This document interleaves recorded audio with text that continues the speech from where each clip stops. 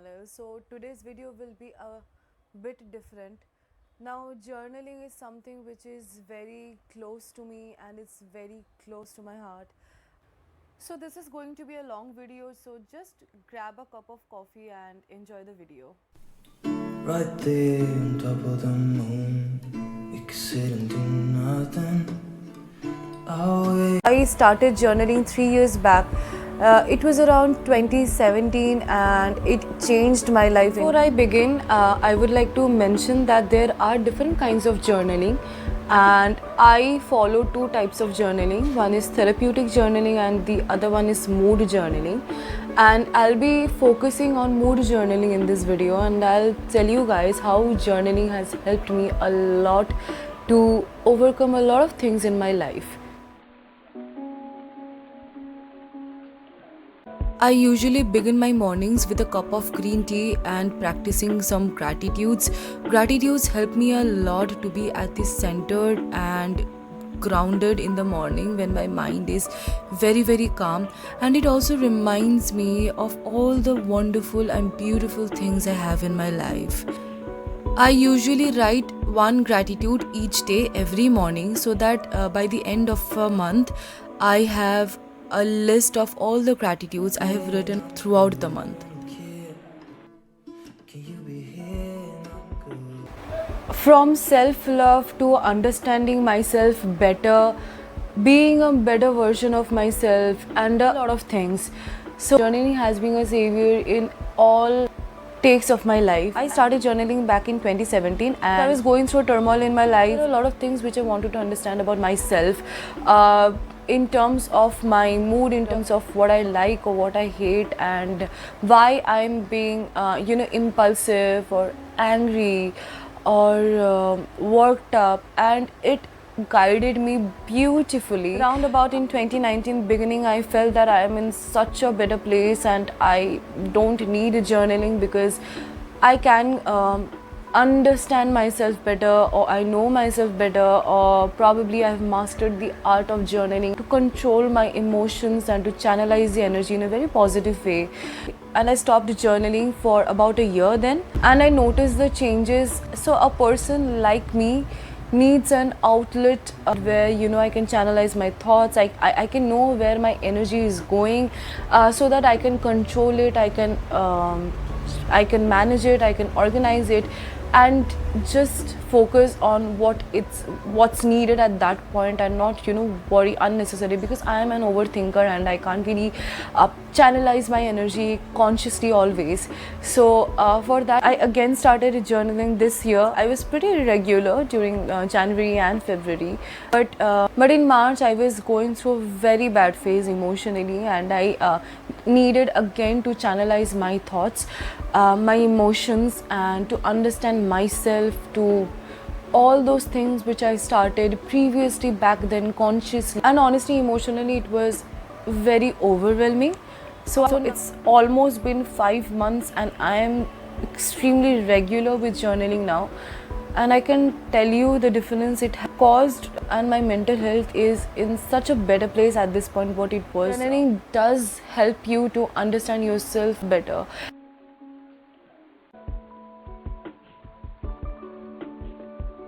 The second thing which I do, or which I like doing, is to make a list. This list consists of all the important things or all the important events that I need to attend or I need to complete in that particular day.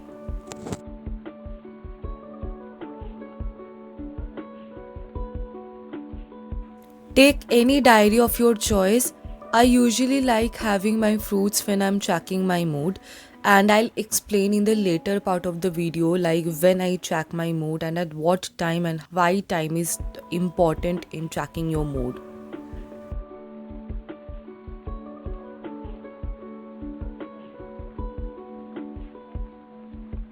So now let's start writing. First, I'm beginning with date and time. As I mentioned, the time is very important. The second thing which I'm writing is emotion name, like it's happiness or anger or anxiety.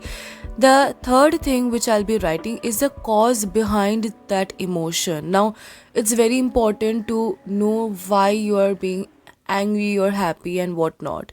The fourth thing which is important, which I am writing, is behaviors or actions related to this. Like if I'm happy and I know the cause, then what are my outcomes due to that emotion, or what I am like up to due to that emotion, whether it's happiness or whether I'm sad or angry, and etc. Now the next thing which I'm writing is whether this emotion is relevant or not. Like, is this emotion really needed at this point, or I am unnecessarily over exaggerating a situation which is not even relevant anymore. The next thing which I'm writing is this situation a distress to be tolerated or a problem to be solved, and how? And by these, I am being able to address the exact root cause behind this emotion.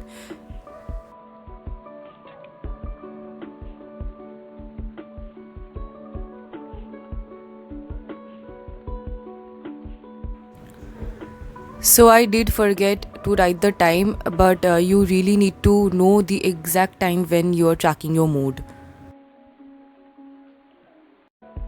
Now I practice mood journaling twice, anytime in the day and at night just before going to bed. And then I wake up in the morning, I'm in a much calmer state and in a very fresh and in a very happy mood, because when you wake up in the morning, you don't have so much of emotions, you're a lot more calmer than you usually are. And once I am conscious in the morning about how I am feeling and what my true emotions are when I am in a much calmer state, then it makes me really complexities about emotions and my mood were a little bit relaxed when I used to track them at night before going to bed. So once I practiced journaling in the morning, it already grounded me, it already brought me back in this center.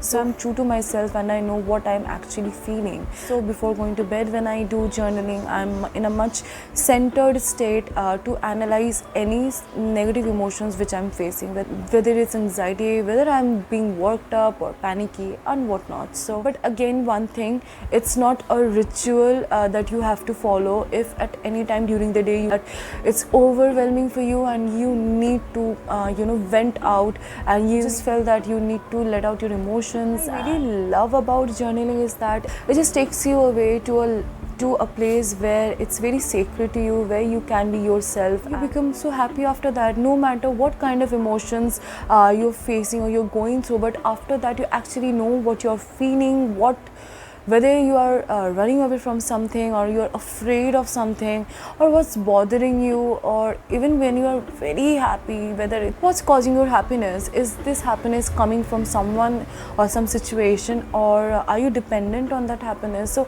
it answers every aspect of your question.